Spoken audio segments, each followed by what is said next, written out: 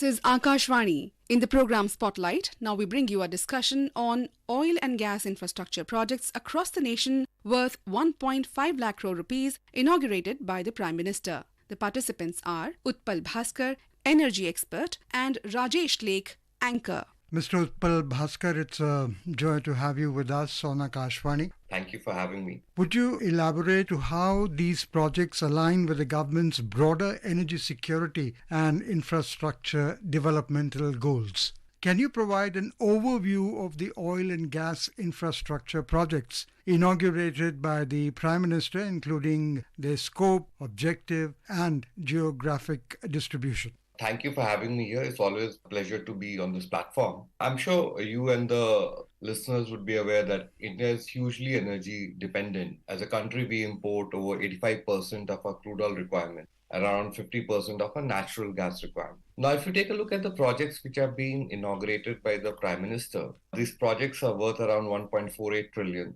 spread across the country. Primarily, we're looking at projects including the refinery project in Baroni. We are also talking about petroleum and natural gas project.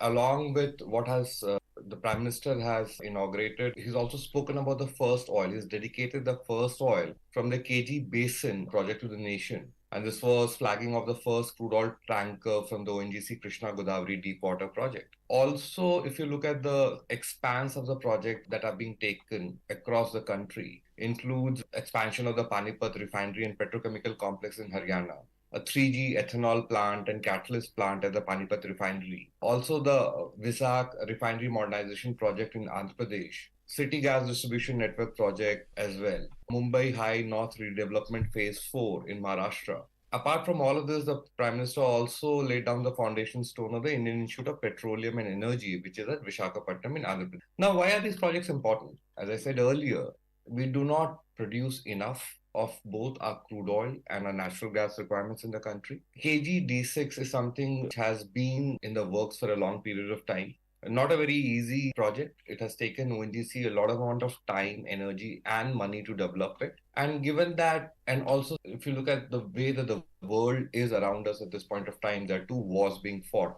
Anything which is energy is primarily a lot of things, the pricing and all of this, what comes to the end consumer is all dependent upon the external elements. To sequester from all of this, a country like ours, which is still growing and the GDP numbers are telling us a story, you need energy to fuel that demand. You need energy to fuel this economy. And hence, India needs to be energy self-sufficient. It's still a far way off, but at least it's a step in the right direction. Absolutely. And you mentioned about the first oil from KG Basin. I want to know from you, Utpal, the extraction of first oil from KG Basin will mark a historic achievement in India's energy sector, promising to significantly reduce our dependence on energy imports. And I would like you to discuss that in detail. One thing is for clear that one such find, obviously it's a step in the right direction, but it's not going to make a huge dent in our import bill. If you look at India's crude oil and petroleum products imports were valued around 210 billion in FY23. We are more or less on the same trajectory this year as well. Why is it so? Obviously, we are the world's third largest oil importer. So there are two parts of this play. One, India needs to absolutely amp up the domestic exploration. And once there are projects where there is absolute certainty there is either oil or gas to be found there, to bring it online. That is the production part of the spectrum. The other thing is also what India is doing is, and that is the reality of this playbook, is that you cannot increase your production in such a speedy manner because obviously it takes a lot amount of time and years, man years to bring project online. So what do you do then? So then you look at places where you were never getting oil or gas from. A significant case in point will be Guyana. So India is looking at getting oil from Guyana. Guyana has made one of the largest discoveries in the recent years in anywhere in the world. If you see all these high-profile visits which has been happening from Guyana to India. Their top leadership has been visiting India. India has been trying to get this oil at preferential rates through long-term contracts. We have been trying to, when you look at the energy basket, we are trying to ink long-term crude supply contracts from elsewhere. This is primarily aimed at de-risking our oil supply chain. Namibia being another country. We have signed supply contracts with Brazil, which is Petrobras. We have also signed long-term supply contracts with Ecopetrol, which is a state-owned company of Colombia. And this all comes at a time when OPEC plus grouping, for which Russia is a part, they have been going ahead with their production cuts. So in such a scenario, and then there's another thing which has it's absolutely come as a silver lining for India. Venezuelan supplies have opened up because obviously Venezuela was under sanction from the US. Now they've been allowed to export. Interestingly, Venezuelan oil companies, they own dividends to state-owned companies in India, and then we are trying to secure, in lieu of the dividend, at least we get some oil. So there are two, as I said, there's two parts to this. We cannot wish away imports. They're pretty much here to stay. But we also need to look at increasing our domestic production. And then obviously as a country, we are on this march towards energy transition. Well, alternate sources will play a very important part. So you mentioned about these two parts, like surely we cannot wish away the imports, and the other being that we need to increase our domestic ways in which to generate energy. So how are these projects, which the Prime Minister have inaugurated, align with the government's broader energy security and infrastructure development goals? So if you look at, let's purely look at from a refining point of view. So Baroni refinery project, which the Prime Minister touched upon when he was making the speech. India has become the refining hub in this part of the world. So it's not only about whatever we import, we consume all of it. We also refine it, make it into MS, which is petrol, HSD, diesel, also ATF. There's a whole host of products that a refinery then manufactures or refine as the way it goes for it. And then we export it to the other parts of the world as well. India is a significant player in the global refining space. We have significant capacity both in the public sector and in the private sector space. Also, the way geographically we are located, it makes it easier. And if we only look at West Asian crude, which is easier to get in, cost of supply, as in cost of transportation won't be much higher as compared if you need to get crude from other parts of the world, be it Latin America or elsewhere. And then we supply to other markets and in other parts of the world as well. So obviously, from a refining perspective, that makes sense there. Also, for example, when you're talking about the KG basin, the first oil that we spoke about, this is going to help our meeting a domestic consumption. The Prime Minister also projects which have been taken up across the country when you're talking about the 3G ethanol plant. Now, if you look at something which is very interesting, which has happened, India, and this is something which has, I'm sure, government has been trying to push for it at some place. But that India launched this global biofuel alliance at the G20 summit. Now, obviously, we have something called International Solar Alliance as well. But why is this global biofuel alliance important? Brazil are the founding members. They have already seen, I think, more than 22 or 24 countries have joined it. And as was expected, this was basically a kind of an answer to the OPEC plus grouping where both Saudi Arabia and Russia members who are not a part of this alliance. So, in fact, if you look at what has happened in the ethanol space as well today, the government has advanced its target to achieve 20% ethanol blending in petrol. The earlier target was 2030. They plan to do it by 25-26. Look at our transition journey, and everyone is taking notice at it. We have got a very ambitious biofuel roadmap. All of this, so obviously there's something that you need to do on the supply side as well, and then you also need to do a demand side management as well.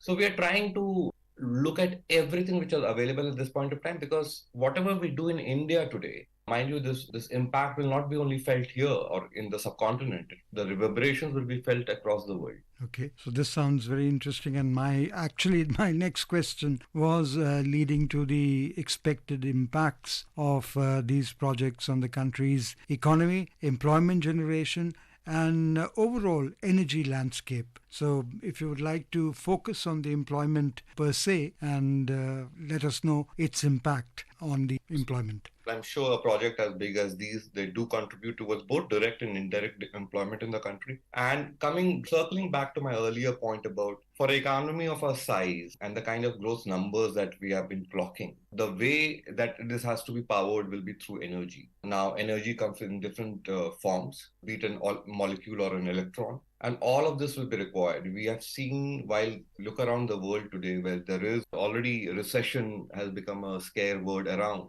Indian economy on a base like ours is still doing very well comparatively with what's happening around the world. So obviously all of this, and one is a direct employment or what kind of direct there a large refining company puts in, gives out a capex project order, how much that will then translate into in the overall economic impact. There's a larger thing at play here is, which is obviously country of 1.5 billion people, economy which is still growing, and also to meet the aspirations of the people around. So we have seen villages now being connected to electricity. We have seen also the way that we want gas, which is natural gas, to serve as an intermediate fuel from where we are now, where conventional hydrocarbons are being used primarily, to the place where we actually want to be when the economy will be green, all green. And all of this will have to play its part, given that we have committed of achieving this carbon neutrality. So absolutely important, and more such projects are required. Utpal, the Prime Minister laid multiple oil and gas sector projects worth 1.48 lakh crore across the country, which you mentioned a while back, and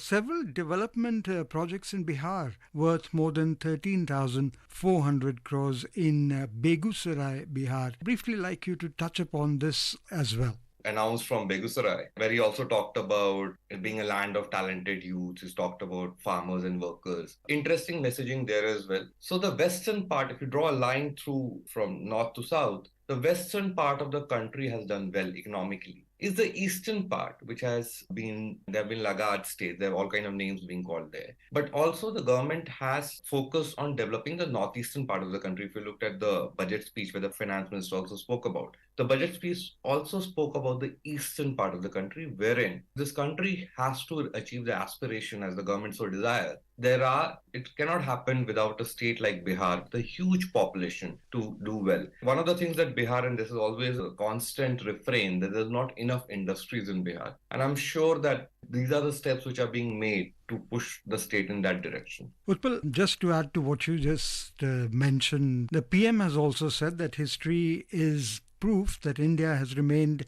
empowered when Bihar and Eastern India have been prosperous.